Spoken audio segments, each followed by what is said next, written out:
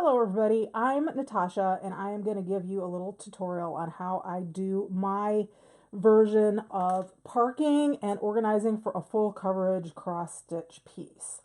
Um, I've watched pretty much every YouTube video there is about parking and enjoyed them all, and I kind of had to come up with my own method just to which I find is quick, relatively quick, and looks more difficult than it is, and it really helps you to easily manage a big chart, even though there is a lot of different colors. So let me first show you. This is a piece that is called Mitty Kitty, and it's from a Kitty Cat's Originals cross stitch, which normally doesn't do full coverage, but this one is. Anyway, so this chart is a relatively easy one. There's not a lot of colors, there's not a lot of confetti, but it's a good one for me to show you. So the advantages of doing it this way is that, first of all of this area is stitched solidly. So that's really helpful because you're not having to go back and hunt and peck for one stitch, that you missed maybe here, or stitch maybe missed here, or whatever, and you have to like use your grid lines and go and figure out exactly where that stitch is. So that way it's nice because once you're done, you're done. You don't have to ever go back, and you're not going to miss stitches. It's just not going to happen. You're actually only focusing on this little section like right here, which means that, you're not even having to look at all of your chart. You just have to look at whatever section you're working on. And that makes it really easy too. So it's much easier to not have to worry about where your place in the chart is, because when you're working on a section, you're just kind of doing it. It's a little more freeform than like a lot of people like to stitch in the little boxes. This is definitely more freeform than that. I could never like restrain myself to staying in a box. That's just me. And also, you don't have to worry about any kind of lines with your stitching with this. So it's really never going to be a problem for you. So the way this is done is, well, let me point out first, there's a lot of things that I tried before this, and I have to thank all the different Floss Tube stitchers because, I've used pretty much every method there is at some point just to try it out to see which one I like best, and this is what I kind of came up with. Of course, first off, a lot of people like to stitch just down the row like that, and that's totally fine if that's your thing, but I have seen a lot of projects come out that have lines in their stitching. And honestly, if I had done a giant project and that came out with lines, I would just cry. So I don't even do that at all. Even though I could see some advantages to it, I just don't even want to go there. One thing I did for a long time was to stitch across a row like this and do all the confetti in that row, and then park the row underneath. And that works pretty well, but I was still having the problem where you would have missing stitches and then you were never quite sure. Like I'm really lazy and I don't like to mark off my chart until like I get a whole square done, a whole like 10 by 10 done. So that was tough for me because, I would find a missing stitch and then I'd have to go back through and count, and it took so long and I just hated it. So especially with a lot of confetti in the page, you just ended up having to like hunt and pack way too much, and I couldn't stand it. And then I'd never finish projects because I just couldn't deal with all that. So while that was efficient because you could cross country across this row and then park underneath, there was so much hunting and pecking afterwards. And I mean, it's even worse if you're actually doing a whole page at a time. I'm just not a cross country person just because I just don't. I like to be more, I don't like to find an individual stitch at all. I mean, if that's your thing, great, but it is not mine. So anyway, so that was a decent way to stitch. It was across each row, and I would never have to worry about page lines like that. So that was fine, but the way I'm doing it now, I really, really like. The other way that people do it is going down a corner like this. Oops, let me make sure I've got it in the. So like if you've got, a lot of people go diagonally, which I could see would be kind of cool because you would see more of the design come out, and also your hands not touching where you're stitching, which I like that too. And you're doing these little sections, and you're also less likely to get probably lines because you're kind of in that kind of an area, and that's fine too. But again, I tried to do this. I could just never stick with it. I don't know. It just wasn't my thing. So I'll show you the way that I do things. Blitz stitch actually, and also Karen Bug has a really good example of parking and doing it like this, which I think is an awesome tutorial, but that's not what I could stick with. What I like to do, I like to have the method of not ever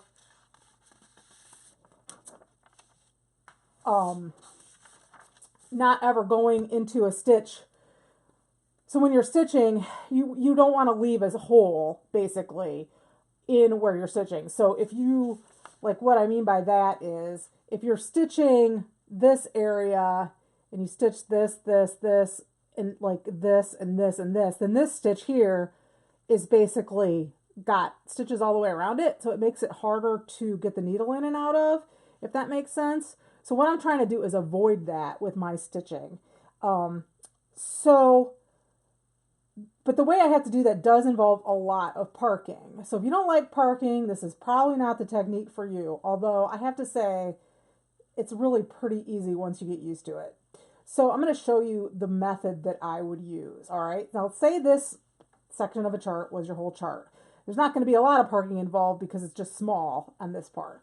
So what I would do is I would start here, and I would try to get my hand not in the light. I would stitch this, this, this, okay? That's my first row. Now that stitch doesn't appear anywhere else on that row. So I'm just going to do those three.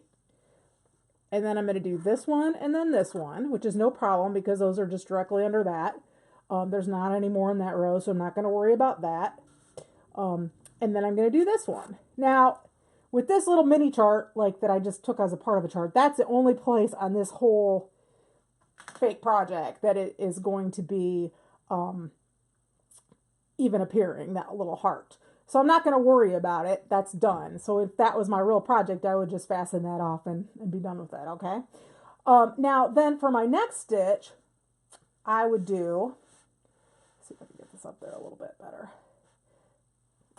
I'm jealous of all you floss tubers that actually have a setup. I'm kind of like just really making this up as I go along.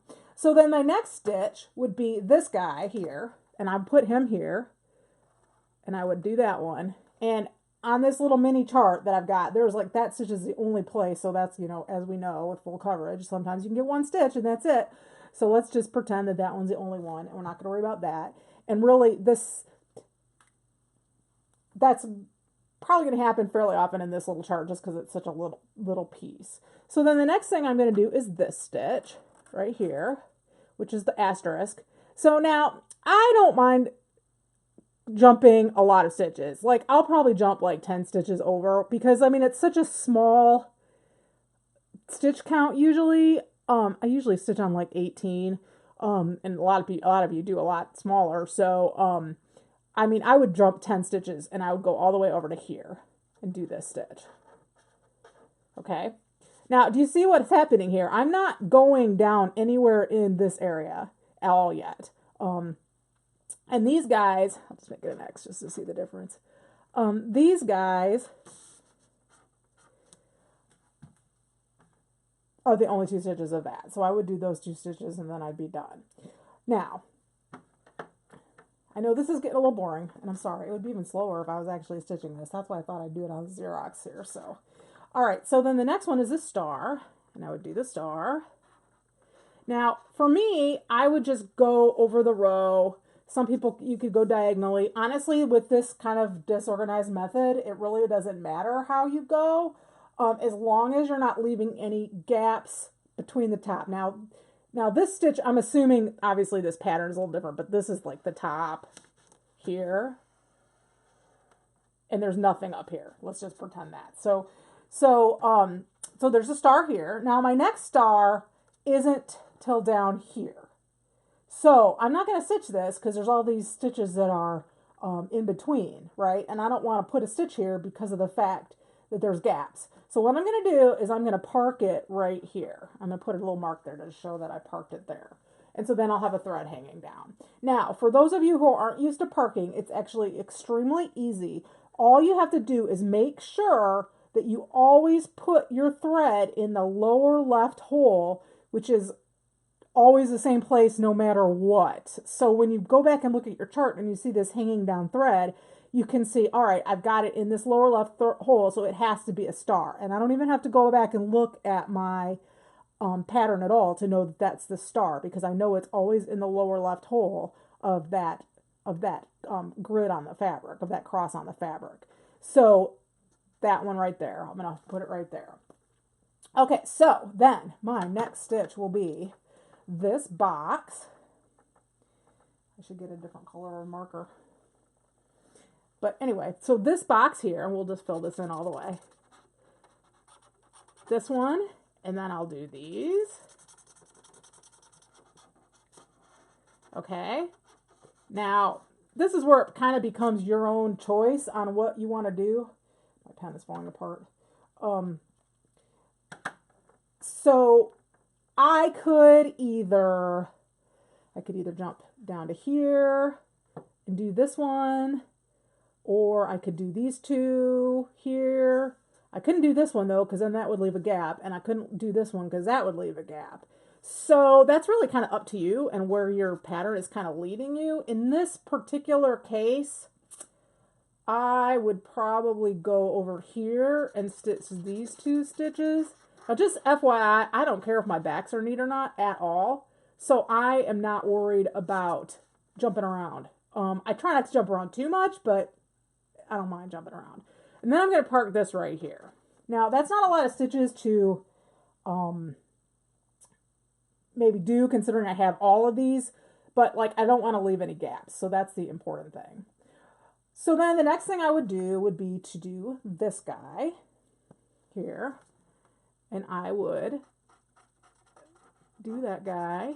And see, now there's none more on the top row, so I'm not going to worry about that. But then this guy here, but I can do him because there's stitches on top. See? So then this guy, because there's stitches on top. And there's stitches on top. And then I'm going to go over here. I'm going to park him right here. I could also park him like here, and that would be fine too. Whatever makes most sense for you in the pattern. Actually, if I was here, I'd probably park down here just because it's closer. So let's just say I park there. So then what I can do then is I can go back here. Now notice, like I could start over here and just do this as a, start in the corner and keep working down this way. That would be fine too. It doesn't really matter how you're working across. So like if you're in this area and you're like, this is cool because it's a flower or whatever, and I want to work in this area, you can just continue on in this area. The only important thing is that you don't leave any holes. So it's kind of up to you. I tend to kind of go like this way around the chart when I'm stitching, but it always ends up being focused on the top section because I'm not leaving any holes. So it kind of just depends on what you want to do. And I'm pretty ADD about how I stitch. So the thing with that, which is cool, is that if I feel like doing this area and working in this area, or if I have all these colors out and then these colors are different, I can just focus on this area and use these colors until I'm sick of it. You see what I'm saying? Like, because chances are you're going to keep using the same sort of colors. So you can move around the chart a lot still without having to feel like, oh my gosh, I only have to stay in this one column. So a lot of times, I'll focus on like the cat's face or the background or whatever for that day. And it still works in the system because you're still not leaving any holes. And you're still parking. So if you want to move to a different area the next day, it's totally fine. It'll work out perfect. So anyway, so now we are going back to this color here for this box because I've got this park stitch here, but I can do this guy here and this guy here. And then I could either go down and do this whole section, but probably I would park right here just to kind of keep myself organized. And so then the next stitch would be that I could come over here and I could do this guy, and we'll just do a different type of thing. So like that guy, and then I would probably park my thread here. Now this is a lot of thread parking, so if you hate parking, this is totally not the method for you, but let me tell you, it's so much easier than hunting and pecking stitches. Now I probably wouldn't do like this stitch next, even though I could, just because, you know, if I do this stitch next, then I could, like, if I do this guy, the 5, and then there's like no more 5s in the whole pattern, so that would be a one-off type of stitch. Then I could come down here, and then I could do all 3 of these. And then I could even, my pen keeps falling apart. So I'm doing all 3 of those. And then I could I would probably come down and I could either park it here, or I could come down here and do like this stitch, all of these stitches then.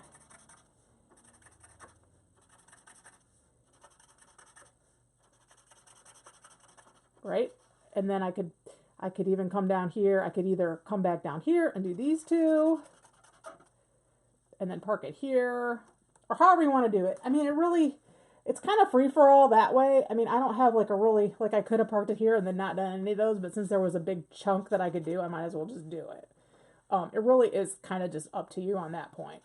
And like I said, when you're actually doing this, since all of this is done, it's not hard to tell where you are at on the chart, because you've only got this one section that I'm worried about, like really just this section. I don't have to worry about any of this and nothing above it. So it's just like one little row of stitches. So it's pretty easy. I don't know that I really need to show you anything else. If people have any questions, they can certainly ask me in the comments, but I'll show you the other project that I'm working on in this method. Let me find it. So it does take a lot of threads, but it is very easy to deal with, I find. So this is a more complicated one. It's still not like a huge full coverage or anything, but let me get it in there.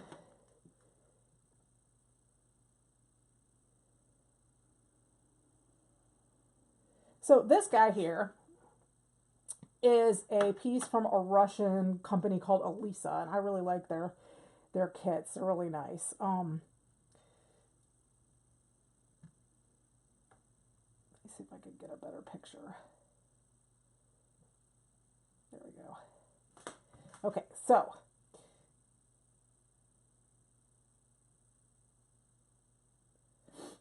this guy has got a lot more colors than that one I was just showing you. So you can see, like, all of this is all done. And then it's just right on the edge where I have to worry. Now, I kind of went a little crazy with this one. I didn't really do this in a very organized way at all.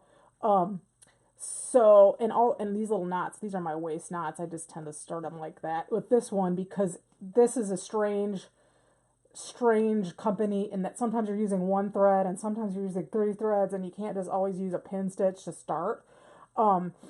So anyway, so you can see though all my little parking, and all I have to do is look at my chart and find the edge of wherever I'm stitching, and then I know exactly where to go. And I kind of made a mistake over here. One thing that can be a problem is if you end up on an edge, like going down, you kind of like get stacked on top of itself. So then you have just like, you can only put 1 stitch in, because you're just stacking the stitches on top of each other, and then you can't go over 1 stitch because there's nothing on top of that. So it always kind of helps to like start at the top and work down, as opposed to starting at one edge and stacking up your stitches. So I'm actually missing a color, which is why this is kind of messed up, because I should really be working on this area and filling this in, and then kind of spreading out as I go down. But really, like I said, you can work any way you want with this method. It's not any kind of a problem. You just gotta make sure that you don't put random stitches out anywhere. They're all attached on, like, at least, you know, 1 or more side to the outside, to the stitched area. So it's actually really easy. So anyway, I hope this is helpful. I know it's quick. If you have any questions, ask me in the comments. And like I said, the advantages are you don't have to hunt and peck for stitches. And the other advantages is that your stitches look really neat because you're always going into the holes instead of up through where there's already stitching. So enjoy. Have a good stitching.